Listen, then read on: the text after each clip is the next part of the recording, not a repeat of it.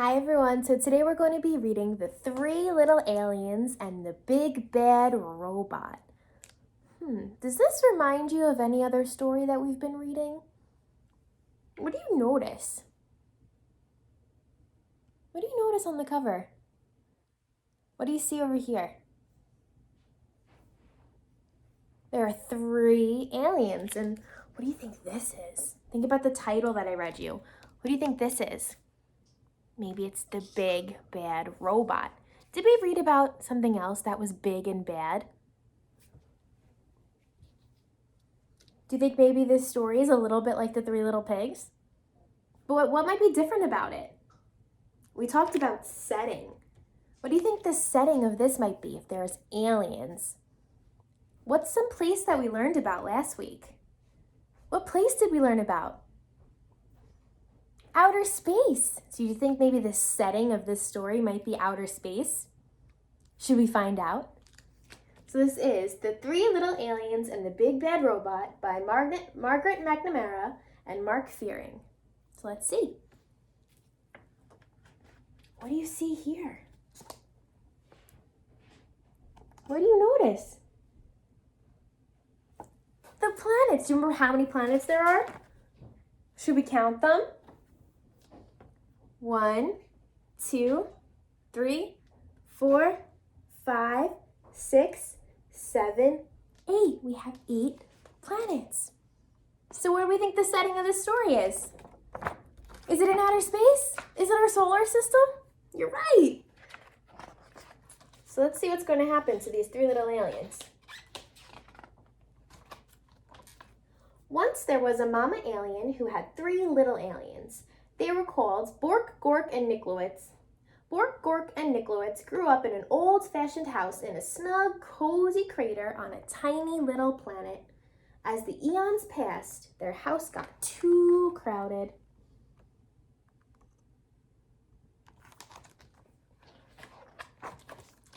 It's time for you to go out into the universe and find a planet of your own, their mama told them, giving each a hug. But remember, watch out for the big bad robot. It wants to chew you up. So Bork, Gork, and Niklowitz took off. Bye, Mama, they cried. Bye, kids, she shouted back. Always stick together, she added. Then she sniffed a little bit. And call me every once in a while.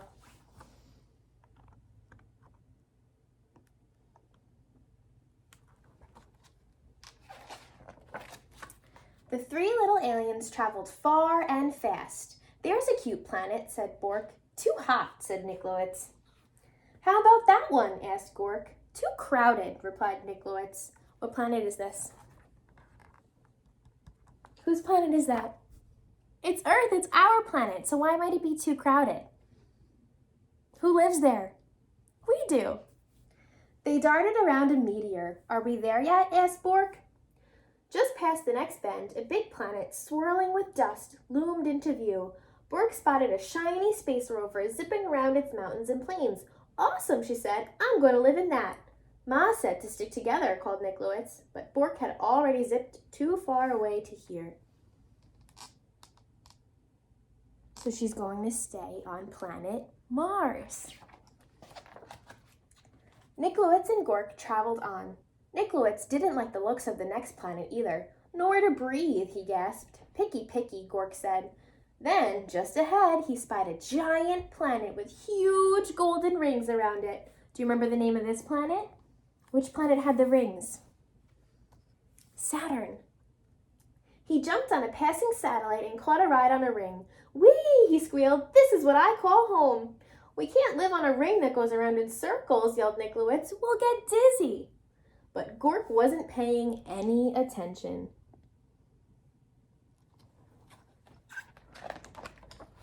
Now Niklowitz was all alone. He traveled deeper and deeper into space until he spotted a massive blue planet far out in the galaxy. It had 13 moons and refreshing breezes. This faraway place is where I'll build my home, he said. It will be safe from the big bad robot.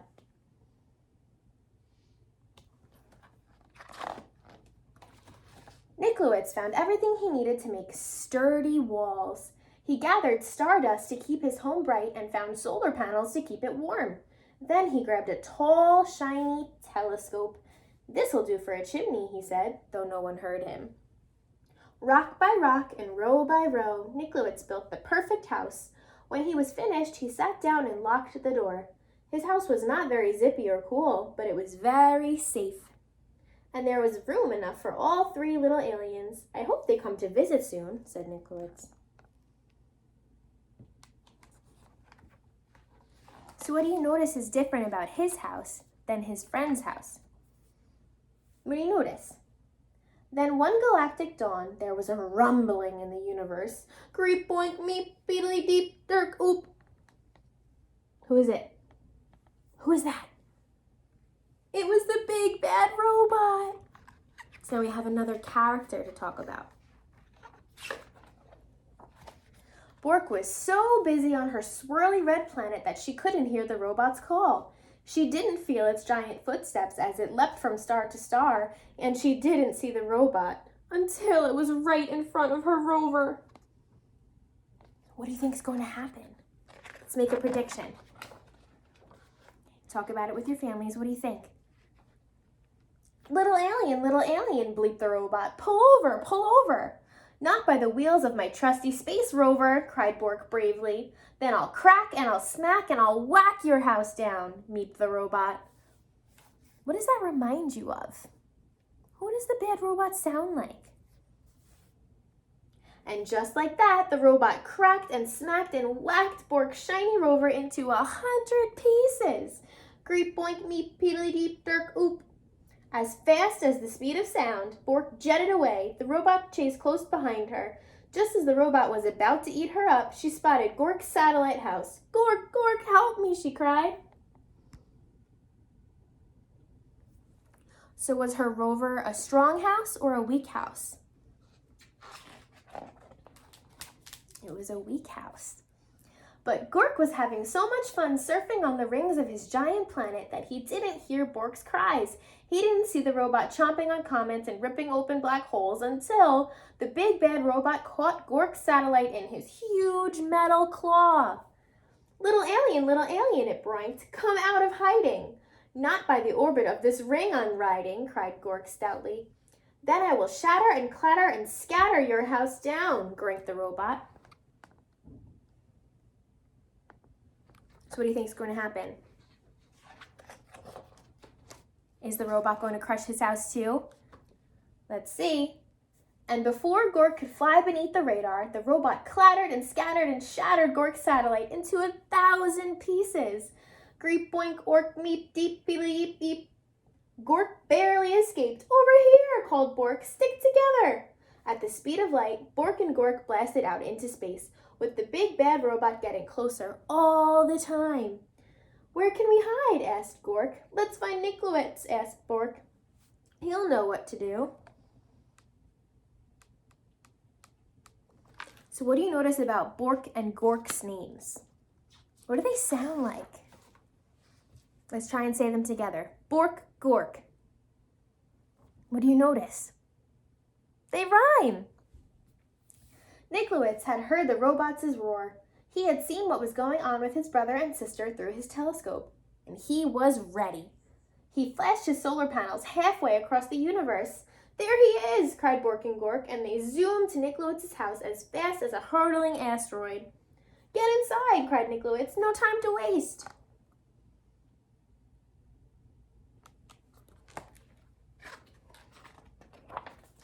No sooner had Bork and Gork slammed Niklowitz's solid space rock door than they had heard the robot rumbling. Little alien, he squeaked. "Let me come in." "Not by the slime on my chinny chin chin," cried Niklowitz. "Then I will smack and crack and whack your house down," zeeped the robot. So what do you think is going to happen now? Is he going to smack down Niklowitz's house? What do you think? The big bad robot bashed and crashed Niklowitz's strong, solid house. Nothing happened. Then it pounded and smashed really hard. Not a crack. Then it loaded up its triple blaster and zapped the house, but good. That house would not fall down.